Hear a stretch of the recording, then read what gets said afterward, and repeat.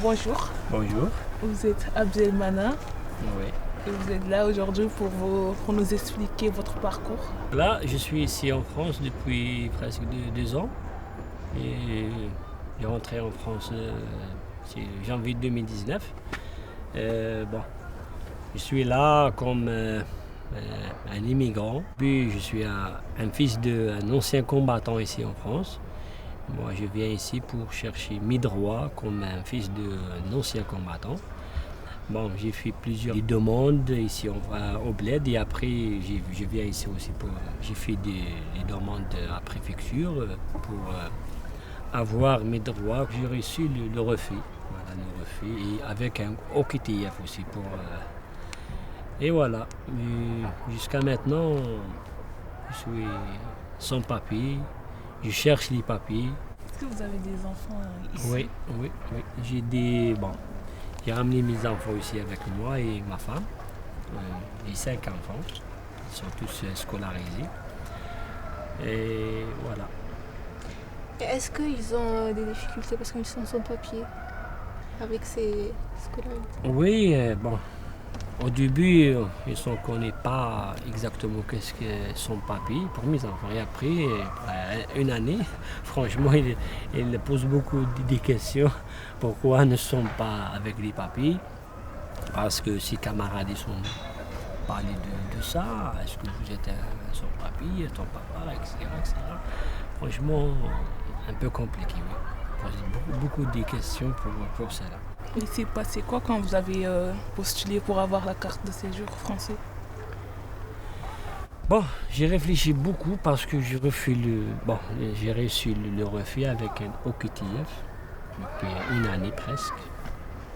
Il y a des amis avec moi, des sans-papiers. Nous sommes réfléchis bien comment on va faire quelque chose pour au moins avoir des papiers pour toutes les 7 papiers. Et finalement, nous sommes créés un collectif, il s'appelle Collectif Ensemble de Marseille, ici en Marseille. Et nous sommes travaillés pour... nous sommes déjà réfléchis bien avec des soutiens, avec ici à Marseille, Solidaire, syndicat Solidaire et la CIMAD aussi. Nous sommes parlé beaucoup pour faire des actes pour avoir les papiers pour toutes les sans-papiers. Au début, moi personnellement, quand je travaille, ça va, ça marche. Mais tout d'un coup, quand tu ne travailles pas, c'est ça le problème, c'est ça la vraie difficulté quand vous êtes... De la vie, oui, de la vie, pour payer le loyer, pour payer l'électricité, l'eau, etc., les charges des enfants, pour comment tu manges, Franchement, il y a beaucoup de difficultés parce que moi, personnellement, j'ai perdu mon travail. Tant que je suis un sans-papier, comme on dit, je suis un sans-papier, un demandeur de papier, j'ai déjà perdu mon travail. Et j'y connais beaucoup de gens qui ne sont pas travaillés. Avec l'épidémie, avec cette maladie, la crise sanitaire, c'est le monde entier qui touche. Mais ici en France, c'est plus dur un peu. Plus dur. À Marseille et au 3e arrondissement. Voilà, c'est ça, très dur. C'est ça il y a un grand différent entre Paris et le 3e arrondissement, ou ici Marseille, ou notre ville peut-être. Il y a un grand différent. Est-ce que vous avez remarqué une différence entre la vie que vous aviez avant en Algérie et la vie que vous avez là en France? Pour moi, j'ai essayé que je peux changer, moi personnellement. L'idée c'est comme ça au début. Je peux changer mon avis, pourquoi pas. Je peux vivre en Europe, pourquoi pas. On va ici. J'ai quitté ma mère, mon père, mes soeurs, mais non, la famille, c'est un peu compliqué, oui. Mais notre choix, notre façon, pour par exemple l'organisation, c'est bien ici. Pour plusieurs des choses, ils sont bien. Franchement, c'est la vérité. Et quand je ramenais mes enfants ici, ils sont dit papa, il a un grand différent. On va rester ici. Ils sont insistés pour rester ici. franchement. Mes enfants, ils sont tous presque entre 5 ans jusqu'à 12 ans. La grande, c'est 12 ans. Je ne sais pas exactement pourquoi, mais ils parlent de ça. Franchement, c'est ça. Voilà. Est-ce que vous subissez de la pression entre la famille en Algérie et ici? Parce que les gens qui sont au bled, parfois ils croient que quand tu es en Europe, forcément c'est la belle vie, que tu ramasses de l'argent, et ils n'arrêtent pas de t'appeler pour te demander de l'argent. Quand tu leur dis que tu n'es pas dans une bonne situation, ils se mettent en colère contre toi, ils te disent que tu as changé, tu n'es plus un bon fils ou une bonne fille. C'est très importante question, franchement. Bon, pour ta question, franchement, oui, c'est ça, même moi-même. Quand j'ai au bled, après de rencontrer la France, par exemple, je vois ça, j'ai réfléchi de ça, oui, je vois ça, parce qu'ils sont venus ici pour ramener de l'argent, ramener comme un trésor. La France, c'est un trésor. Non, c'est pas comme ça. Pardonnez-moi, c'est pas comme ça. Par contre, nous sommes ici en France, un sans-papier, j'ai dit toujours un sans-papier, un demandeur papier. Nous sommes dans la galère, franchement. La galère, la souffrance.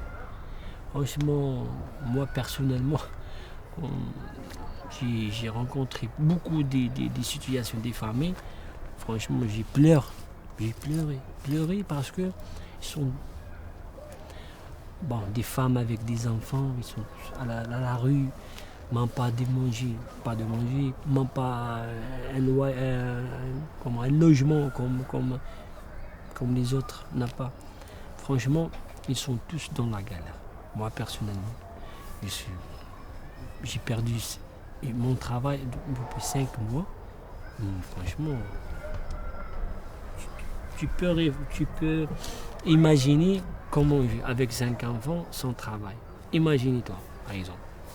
Personnellement, j'ai fait des efforts pour au moins ramener des pains, du lait pour mes enfants. Franchement, j'ai pas resté.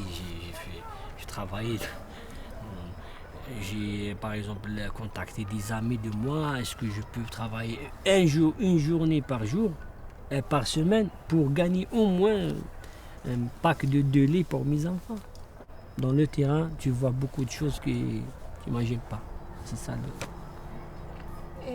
Est-ce que, comme un sans-papier, comment vous arrivez à trouver un loyer, à travailler? Justement, ici en France, il y a beaucoup plus de 60 000. En France, c'est plus de 60 000 sans-papiers. C'est la préfecture qui dit ça.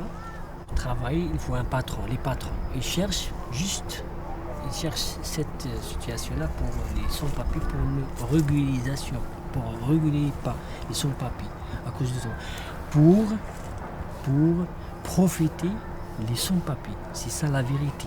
Ne cache pas ça. Exactement, je crois que vous travaillez beaucoup plus et vous gagnez moins. moins. Très bien, c'est ça. Franchement, c'est ça la vérité.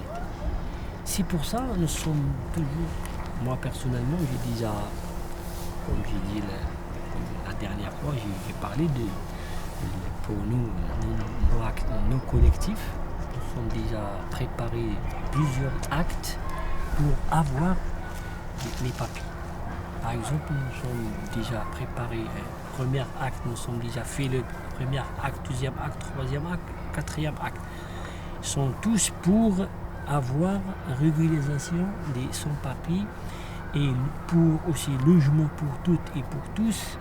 Et aussi le très important, c'est très important pour les sans-papiers aussi, qui sont dans la galère, c'est pour les centres de rétention administrative.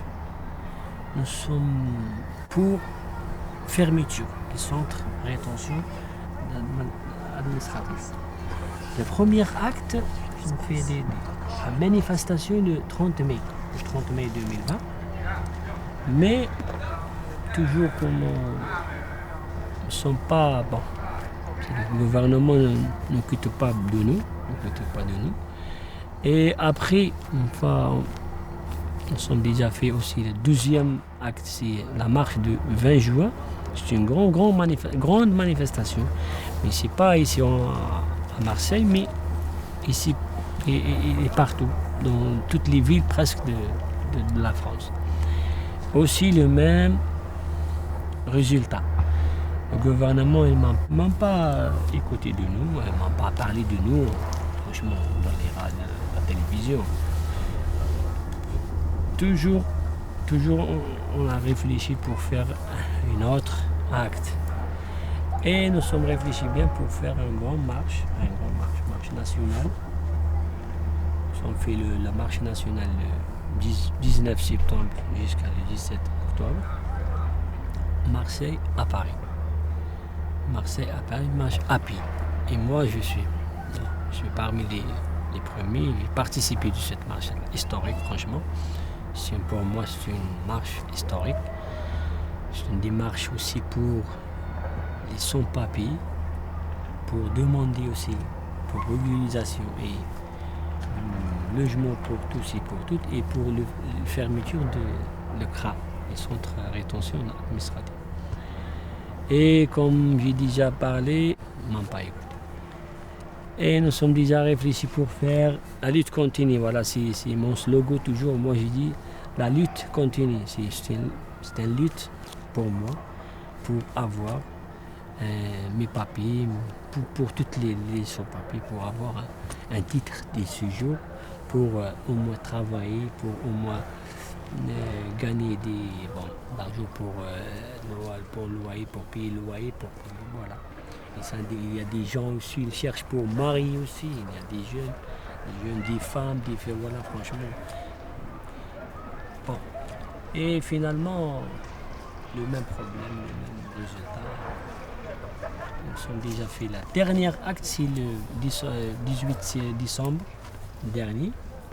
Une grande manifestation aussi pour ça, les mêmes revendications, c'est les mêmes revendications pour régularisation de son papier, sans exception, et pour aussi le logement pour tous et pour toutes, et fermeture du centre de rétention administrative. Et vous comptez de faire des autres marches? Oui, nous sommes déjà réfléchis de ça. Bon, moi personnellement, pour moi, ne lâche rien. Ne lâche rien, on va chercher. Vous avez le soutien de quelques hommes politiques qui ont du droit à oui. Oui, il y a beaucoup de soutien. Ils sont faire des marches avec nous. Mais il y a aussi des députés au niveau Paris. Les députés. Il y a un député Michel François Lambert. Il est avec plus de 125 députés qui sont avec nous, avec cette démarche-là pour la régularisation des sans-papiers. Même il y a des syndicats, il y a des associations partout, franchement. Même la population française, franchement, ils sont tous presque soutenus.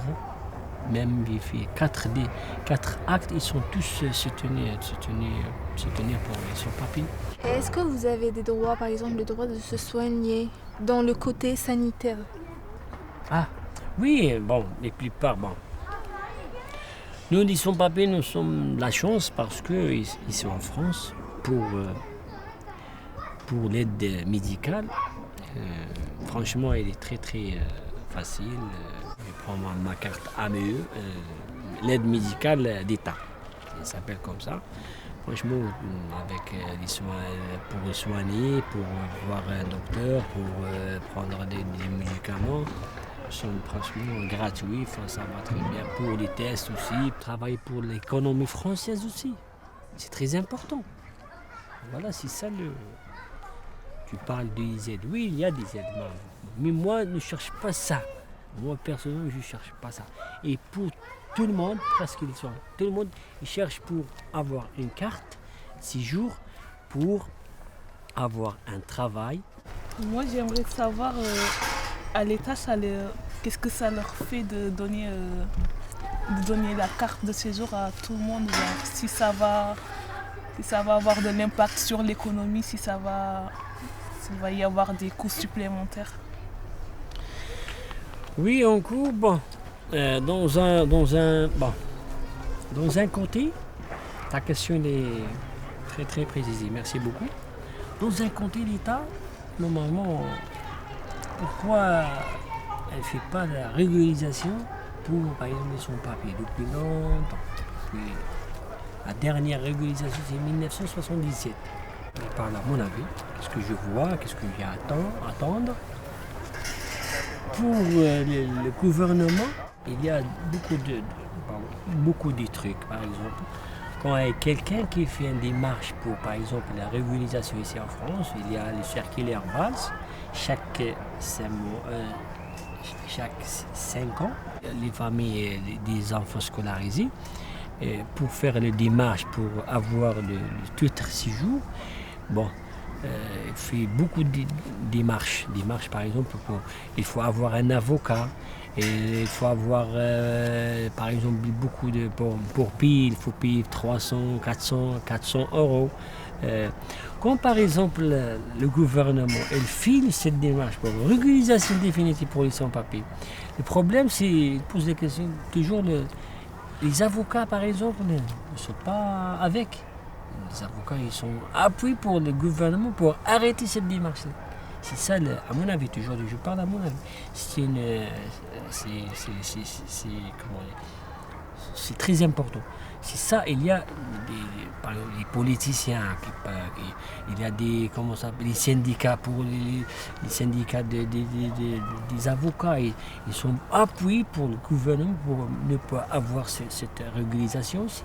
C'est mon avis, je vois ça. C'est pour ça il y a toujours, il faut faire la politique. Il y a la politique aussi. La politique qui fait l'appui ne fait pas cette régularisation.